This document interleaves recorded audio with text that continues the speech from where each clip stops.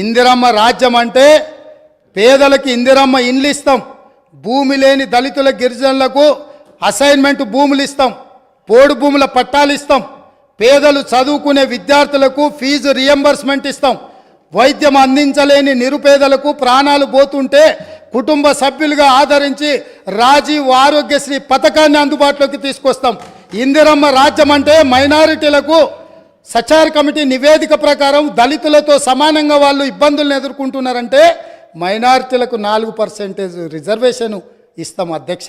ఇందిరమ్మ రాజ్యం అంటే ఈ సమాజంలో ఉన్న ప్రతి ఒక్కరి యొక్క హక్కులను కాపాడుతాం. ఇందిరమ్మ రాజ్యంలో మహిళలకు మహాలక్ష్మి ద్వారా 2500 రూపాయలు వాళ్ళ ఖాతాలో వేస్తాం, 500 రూపాయలకే సిలిండర్ వాళ్ళకి ఇస్తాం.